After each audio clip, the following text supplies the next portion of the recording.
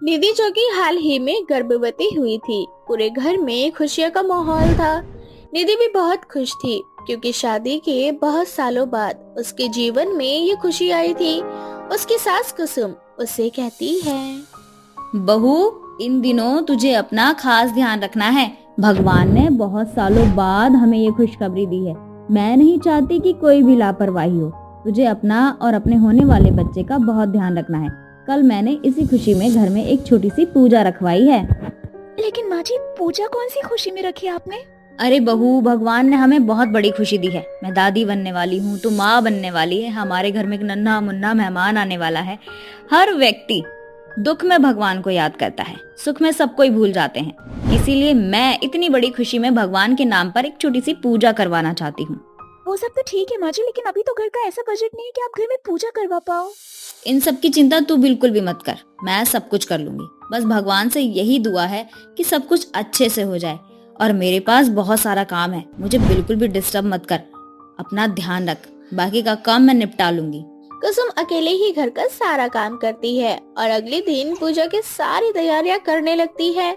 आसपास के लोगों को भी पूजा में आने का न्योता दे देती है। सभी लोग पूजा में आना शुरू कर देते हैं। पूजा के बाद कुसुम सभी को मिठाइयाँ देते हुए अपने पड़ोस की औरतों से कहती है, ये लो बहन मिठाई, और मेरी बहू माँ बनने वाली है। इसी खुशी में मैंने पूजा रखवाई है और ये बात किसी को पता नहीं थी।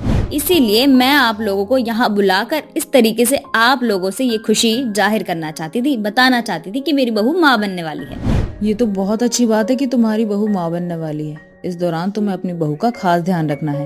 भगवान ने बहुत समय बाद तुम्हें ये खुशी दी है, लेकिन खुशी खुशी में अपना बजट मत खराब कर लेना, क्योंकि तुम्हें तो पता है ना कि हम लोग कितने गरीब हैं। ऊपर से इतना सारा ताम झाम कर रही हो तुम। तुम्हारी हिम्मत कैसी हुई मुझे ऐसे बोलने की? जो कुछ कर रही हूँ अपने पैसों के दम पे कर रही हूँ। भगवान ने भले ही कम पैसे दिए हैं, लेकिन अपनी सारी खुशियों को पूरा करूंगी मैं। ऐसे ही समय बीतता जाता है। कुसुम बड़े ही जोर शोर से अब अपनी बहू की गोद भराई करने की सोचती है और वो ये बात अपने बेटे विनोद से कहती है।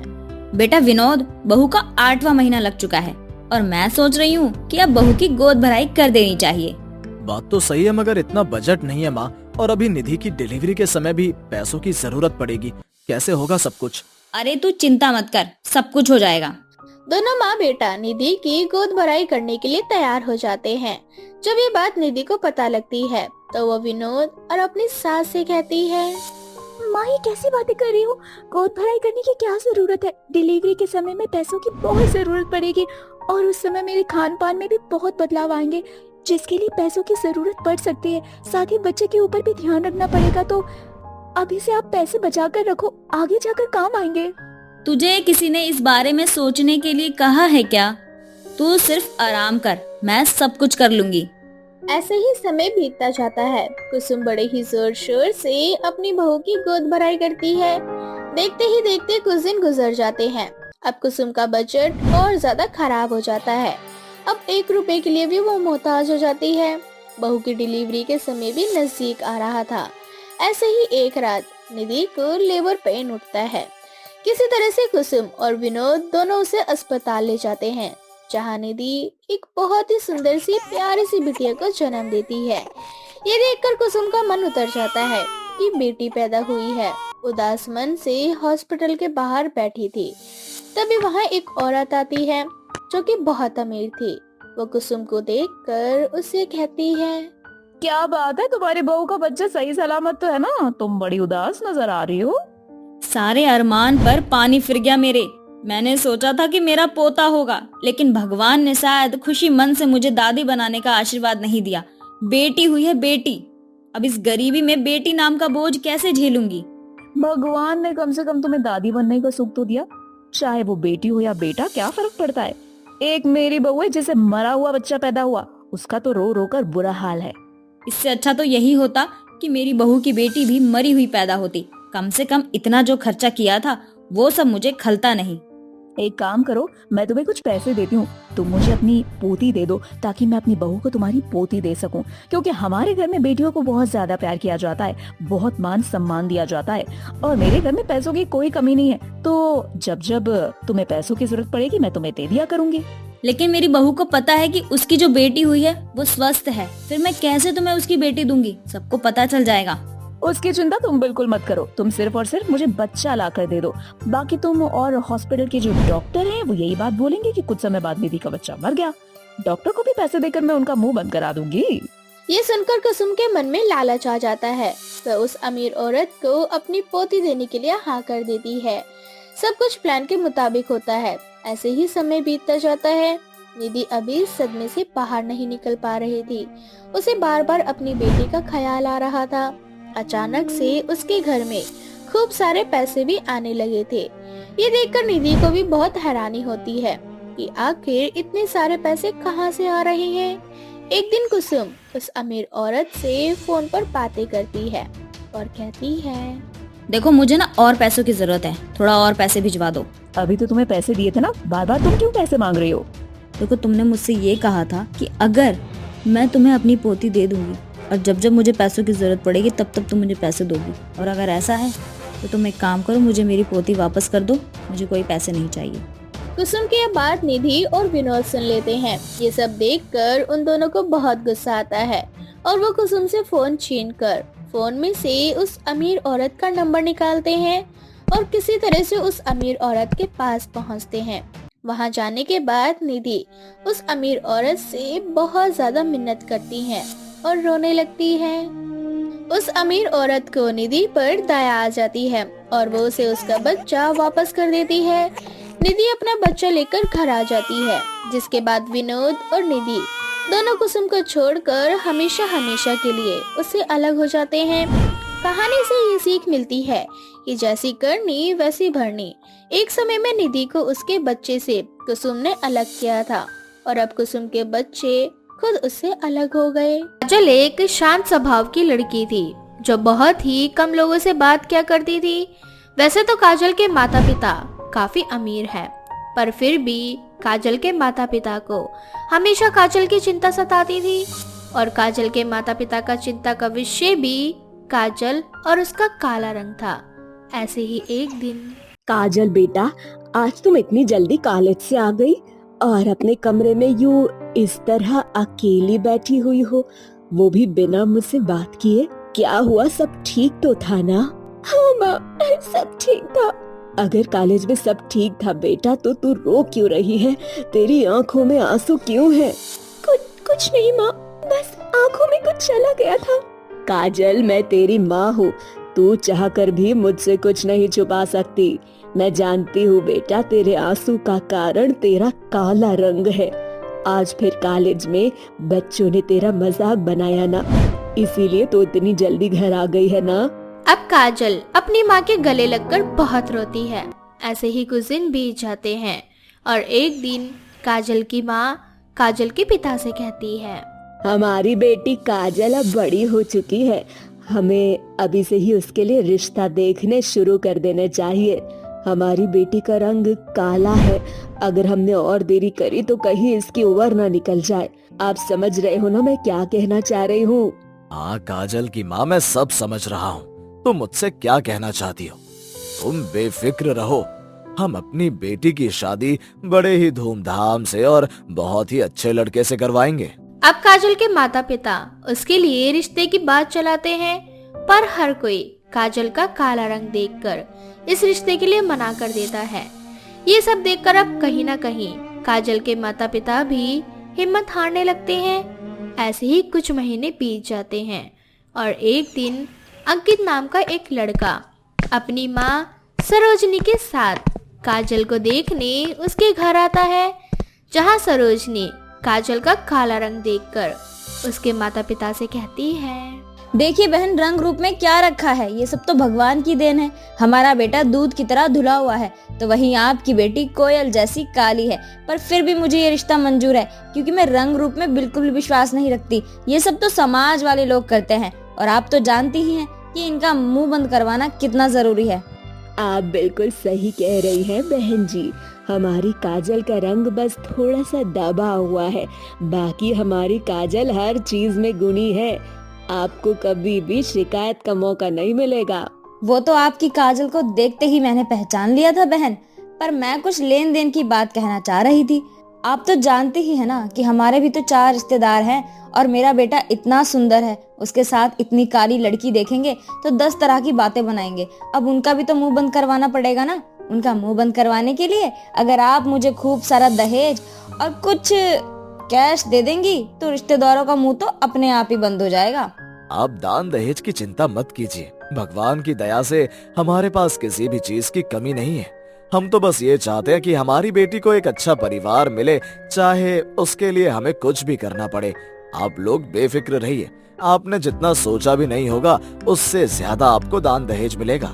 अब काजल के माता पिता अंकित और उसकी माँ को बहुत सारा दहेज और कैश देते हैं। शादी के बाद काजल भी अपनी तरफ से पूरी कोशिश करती है कि वो अपने ससुराल वालों को किसी भी प्रकार की कोई शिकायत का मौका ना दे। वो दिन रात अपने पति और सास की सेवा करती है, पर फिर भी अंकित काजल से खफा खफा रहता है और उससे दूर दूर। ये सब देखकर एक दिन काजल अंकित से कहती है, क्या हुआ अंकित जी? क्या मैं आपको पसंद नहीं जो आप मुझसे इतनी दूर दूर रहते हैं? बिल्कुल सही कहा तुमने। तुम मेरी पसंद नहीं हो और ना ही मेरी माँ की। हमने तो ये शादी सिर्फ दान दहेज के लिए करी थी, जो कि हमें मिल चुका है। पर अब हमें समझ नहीं आ रहा कि तुम्हारा हम क्या करें, कैसे तुमसे अपना पीछा छुड़ाएं। आप मजाक कर रहे हैं ना अंकित जी? काजल की ये बातें सुनकर अंकित जोर जोर से हंसने लगता है। अंकित को ऐसे हंसता देख काजल को कुछ समझ नहीं आ रहा होता कि उसके साथ आखिर क्या हो रहा है, और एकदम से अरे काजल, तुम तो डर गई थी। मैं सच में मजाक कर रहा हूँ। वैसे तुम्हारे चेहरे की ये उड़ी हुई हवाइयाँ देखकर मुझे बड़ी हंसी आ रही है। मैंने तुम्हारे लिए एक बहुत बड़ा सरप्राइज सोचा है। सरप्राइज? कैसे सरप्राइज अंकित जी? थोड़ा इंतजार करो, शाम तक तुम्हें तुम्हारा सरप्राइज मिल जाएगा और मुझे मेरी रकम। मैं कुछ समझी नहीं अंकित जी। मेरी प्यारी और सुंदर बीवी, अपने इस छोटे से दिमाग पर इतना जोर मत डालो। रात का इंतजार करो, तुम्हें सब समझ आ जाएगा और तुम्हें सरप्राइज भी मिल जाएगा। बस तुम रात में दुल्हन की तरह तैयार होकर बैठ जाना। अंकित के कहने पर काजल बिल्कुल ऐसा ही करती है। रात को वो नई नवेली दुल्हन की तरह तैयार होकर अपने कमरे में अंकित के आने का इंतजार करती है। पर ये क्या, उसके कमरे में अंकित के बजाय कोई दूसरा ही लड़का आता है। कौन हो तुम? और अंकित जी कहाँ है? तुम्हारा पति कमरे के बाहर पहरेदारी दे रहा है। आखिर उसने मुझसे एक रात के 4 लाख जो लिए हैं, आज रात तुम सिर्फ और सिर्फ मेरी दुल्हन हो और मेरी बीवी हो। तुम्हारे पति ने तुम्हारा सौदा किया है, इसलिए तुम पर सिर्फ और सिर्फ मेरा हक है। ये तुम क्या बकवास कर रहे हो? अंकित जी को बुलाओ, मुझे उनसे बात करनी है। इस तरह से काजल बार बार अंकित को आवाज देती है, पर अंकित कमरे में नहीं आता। अगली सुबह जब काजल अंकित से बात करती है तो अंकित उससे कहता है, हाँ किया मैंने तेरा सौदा। मैंने तुझसे शादी इसलिए नहीं की क्योंकि मैं तुझसे प्यार करता हूँ, बल्कि इसलिए करी थी ताकि मैं हमेशा घर में बैठे बैठे कमा सकूं, ना कि कमा कमा कर तुझे खिला सकूं। समझी? यही मेरा असली रूप है, देख ले। अंकित का असली रूप देखकर काजल के पैरों तले जमीन खिसक जाती है। उसे समझ नहीं आता कि अब वो इस नर्क से कैसे आजाद हो। और इसी तरह से अंकित अपनी माँ के साथ मिलकर काजल का हर रोज सौदा करता है।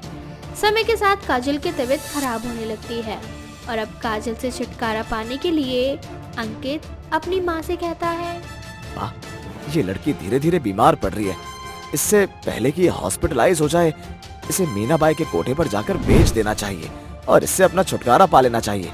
अगर ये एक बार मीनाबाई के कोठे पर चली गई तो कोई हमारा कुछ नहीं बिगाड़ पाएगा और ना ही कभी ये उस कोठे से बाहर आ पाएगी। काजल अंकित और सरोजनी की सारी बातें सुन लेती है और मौका देखकर वहां से भाग जाती है। तो वहीं दूसरी ओर अंकित और सरोजनी जब काजल को घर में नहीं पाते तो वो समझ जाते हैं कि काजल घर से भाग चुकी है और वो दोनों अपनी जान बचाने के लिए शहर से रवाना होने की सोचते हैं। पर उससे पहले ही काजल के माता पिता पुलिस के साथ अंकित और उसकी माँ के धड़ दबोच लेती है और उन्हें सलाखों के पीछे करवा देती है। तो माँ बेटे की असली जगह यही है। तुम दोनों ने मेरी बेटी के साथ जो किया है उसकी सजा तुम्हें जरूर मिलेगी। वो तो भगवान का शुक्र था कि मेरी बेटी मुझे रास्ते में ही मिल गई जब वो तुम दोनों के चंगुल से आजाद होकर भागी थी। अब चिंता मत कीजिए, इनकी खातिरदारी तो हम करेंगे। पर आपको भी तहकीकात करके अपनी बेटी की शादी करवानी चाहिए थी। आप सही बोल रहे हैं, मैंने बिना जांच पड़ताल किए अपनी बेटी को बोझ समझकर उसकी शादी इस लड़के से करवाई। पर आज मैं हर माता पिता से हाथ जोड़कर प्रार्थना करता हूँ कि उसकी शादी आंख बंद करके किसी भी इंसान से करवाना दें, क्योंकि उस समय तो हम अपनी बेटी की शादी करवा देते हैं, पर गलत जीवन साथी मिलने की वजह से बाद में हम लाचार माँ बाप पछताते रह जाते हैं, जैसे कि आज मैं पछता रहा हूँ। इस तरह से काजल के माता पिता को अपने केक का पछतावा जिंदगी भर रहता है, तो वही दूसरी ओर अंकित और उसकी माँ को उसके केक की सजा मिल जाती है और काजल फिर कभी किसी पर भरोसा नहीं करती और जिंदगी भर अपने माँ बाप के साथ रहकर उनकी सेवा करती है। विजय नाम का एक व्यक्ति अपनी बीवी संध्या और अपने छोटे बेटे आरव के साथ रहा करता था। विजय और उसकी फैमिली बहुत खुश थे। एक दिन विजय का प्रमोशन हो जाता है और कंपनी की तरफ से उसको एक घर मिलता है। ये बात आकर विजय अपनी बीवी को बताता है। ये खबर सुनकर उसकी बीवी बहुत खुश हो जाती है और विजय से बोलती है, ये तो बहुत अच्छी बात है विजय, अब हम उसी शहर में रहकर अपने बेटे आरव की पढ़ाई पूरी करवाएंगे। भगवान करे इसी तरह से आपकी तरक्की होती रहे। अपने माता पिता की आवाज सुनकर आरव बाहर आ जाता है और जब आरव को ये पता चलता है कि अब वो लोग गाँव से बाहर एक शहर में जाकर रहेंगे, तो ये खबर सुनकर आरव बहुत खुश हो जाता है और अपने पापा से बोलता है, ये अब हम भी शहर में रहेंगे, अब मैं भी अपने बड़े से घर में खेलूंगा, बहुत मजा आएगा। पापा, अपना जो नया घर है शहर में वो बहुत बड़ा है ना? हाँ बेटा, वो घर बहुत बड़ा है, इतना बड़ा कि तुम अब उस घर के अंदर क्रिकेट भी खेल सकोगे। सच में पापा? हाँ बेटा, अब जाओ, बहुत रात हो गई है ना, जाओ जाकर सो जाओ, कल सुबह स्कूल भी जाना है। हाँ, और संध्या, कल जाकर तुम आरव के स्कूल में बात कर लेना, हमें आरव के स्कूल का ट्रांसफर अब दूसरे स्कूल में करवाना है। ठीक है, आप चिंता मत कीजिए, मैं कल सारा काम कर लूंगी। अगले दिन होते ही संध्या आरव के स्कूल जाती है और उनके स्कूल वालों से बात कर लेती है। अब बहुत जल्दी संध्या और विजय अपने बेटे आरव के साथ अपने नए घर में जाते हैं। उनका नया घर बहुत ही सुंदर होता है। इतना बड़ा घर देखकर संध्या बहुत ज्यादा खुश होती है। अब वो लोग अपने नए घर में शिफ्ट हो जाते हैं। ऐसे ही वो लोग रात में सोए हुए होते हैं, तभी कुछ अजीबोगरीब तरह की आवाजें आती हैं और आरव की आंख खुलती है। वो अपने पास एक फुटबॉल देखता है। फुटबॉल देखकर आरव जैसे ही उस फुटबॉल को पकड़ने जाता है, वो फुटबॉल अपने आप ही आगे बढ़ जाती है और आरव उस फुटबॉल का पीछा करता है और वो स्टोर रूम में चला जाता है, जहां वो देखता है कि 3 मटके रखे होते हैं जो कि लाल कपड़े से बंधे होते हैं। आरव तीनों मटकों को देखकर खुद से बोलता है, मेरी फुटबॉल कहाँ चली गई? और फुटबॉल की जगह ये 3 मटके, इन मटकों का मैं क्या करूँगा? मैं जाकर सो जाता हूँ। इतना बोलकर आरव सोने के लिए चला जाता है। तभी उन मटकों में से आवाज आती है, आरव बेटा, इन मटकों के अंदर बहुत सारे खिलौने हैं, तुम इन तीनों मटकों को खोल दो। क्या सच में मटकों के अंदर बहुत सारे खिलौने हैं? पर तुम कौन हो? मुझे दिख क्यों नहीं रहे? बेटा, मैं इस मटके के अंदर हूँ। अगर तुम इस मटके को खोलोगे तभी मैं तुम्हारे सामने आ पाऊंगा और तभी मैं तुम्हें बहुत सारे खिलौने दे सकूंगा। क्या सच में? फिर मैं अभी इन मटकों को खोल देता हूँ। इतना बोलकर आरव उन तीनों मटकों को खोल देता है, जिसके बाद उन तीनों मटकों में से एक धुआं निकलता है और आरव बेहोश हो जाता है। कुछ देर बाद संध्या की आंख खुलती है और वो पानी लेने के लिए किचन की ओर जाती है। तभी वो देखती है कि स्टोर रूम का दरवाजा खुला है। वो स्टोर रूम में जाती है, जहाँ वो आरव को जमीन पर सोता हुआ देखती है। संध्या आरव को बेडरूम में ले जाती है। अगले दिन आरव जब उठता है तो संध्या उससे बोलती है, बेटा, कल रात को तुम स्टोर रूम में क्यों गए थे और जमीन पर वहाँ पर क्यों सो रहे थे? माँ, मैं तो अपने रूम में ही सो रहा था, मुझे नहीं पता मैं स्टोर रूम में कैसे पहुँचा। इतना बोलकर आरव वहाँ से चला जाता है। ऐसे ही दिन बीतते हैं और आए दिन घर में कुछ न कुछ अजीबोगरीब तरह की हरकतें होती हैं। इस बार रात में संध्या को डरावनी आवाजें सुनाई देती हैं।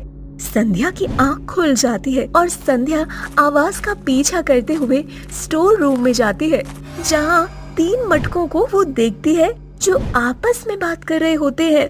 ये देखकर संध्या बहुत ज्यादा हैरान होती है और बोलती है, ऐसा कैसे हो सकता है? एक मामूली मटके आपस में कैसे बात कर सकते हैं? ये तीनों मटके आखिर आपस में बात कैसे कर रहे हैं? क्योंकि हम एक भूतिया मटके हैं और कब से हम इंसान का इंतजार कर रहे थे। अब तुम हमें मिल चुकी हो। अब तुम्हारी एक मटके में लाश रखी जाएगी, दूसरे में हड्डियां और तीसरे मटके में खून, और अब तुम हमारा खाना बनोगी। उसके बाद हम तुम्हारे पति और बच्चे को भी मार डालेंगे। नहीं, तुम तीनों भूतिया मटके मेरे पति और मेरे बच्चे को कुछ नहीं कर सकते। मेरे होते हुए मैं तुम्हें ऐसा नहीं करने दूंगी।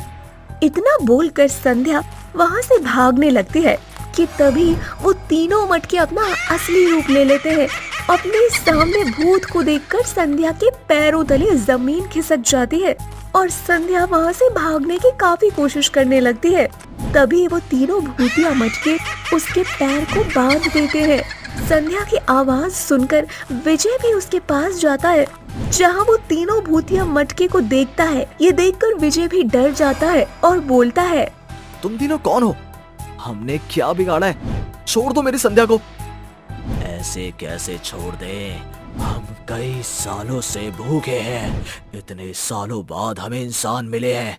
हम तुम तीनों को मार डालेंगे और अपना पेट भरेंगे।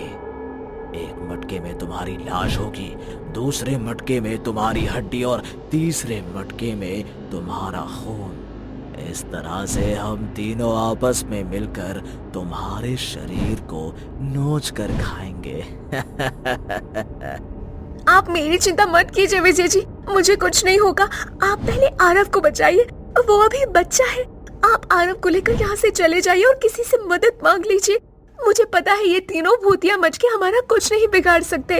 इन शैतानी शक्तियों का भी अपना एक टाइम होता है। ये सिर्फ रात को ही अधिक शक्तिशाली होते हैं। रात के 3 बजे ही इनको शक्तियाँ मिलेंगी। अभी ये भूतिया मटके सिर्फ मुझे पकड़ सकते हैं, कैद कर सकते हैं, पर मार नहीं सकते।